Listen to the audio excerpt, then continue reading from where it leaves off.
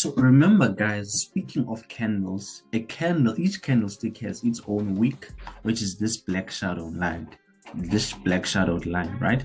So that black shadow line has its own has its own information that it conveys. So what I want us to dive deep into now, I want to show you, explain to you what is the importance of the wicks in a candle and how you can take advantage of them.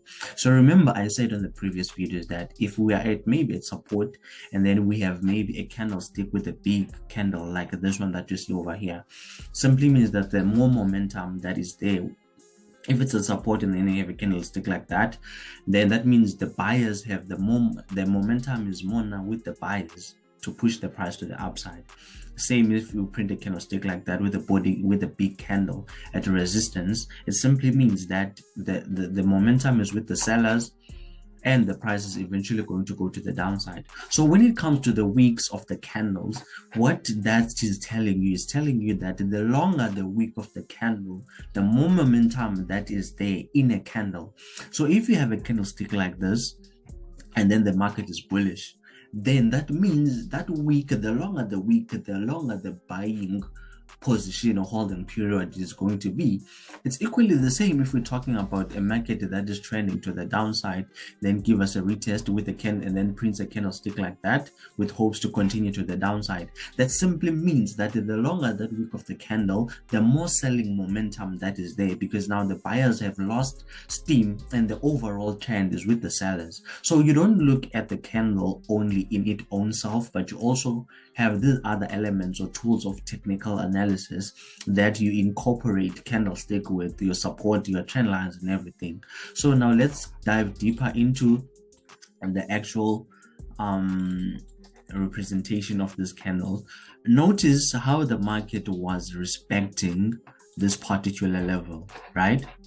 And then look at the wick of this candle and then what happened afterwards. See, the longer the wick of that candle, the longer the sell that was there in the 1 hour time frame. All right, so this is what I mean, and it does not only happen in the 1 hour time frame. These things happen all the time.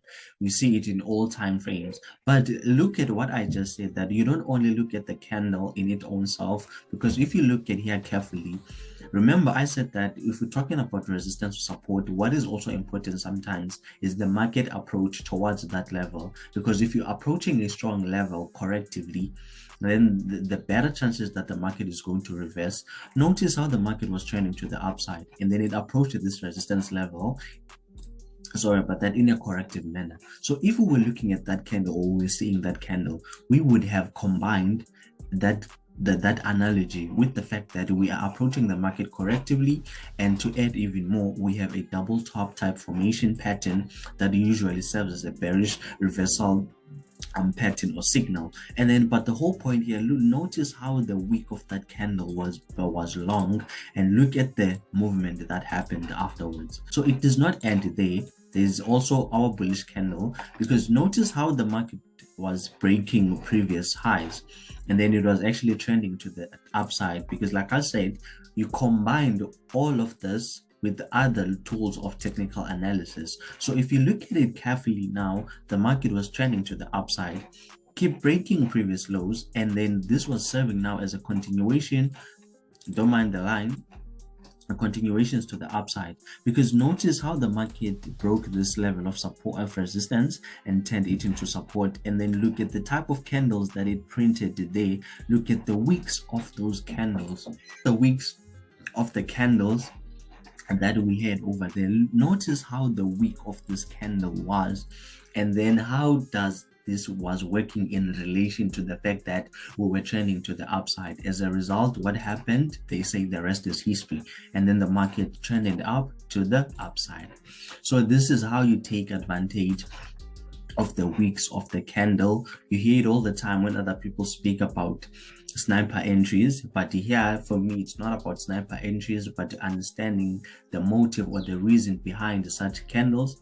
But this also has got something to do with market manipulation to hit your stop losses before the market can initially go to the upside. But instead of being caught in the mix, you must learn how to take advantage of that and beat the market makers at their own game.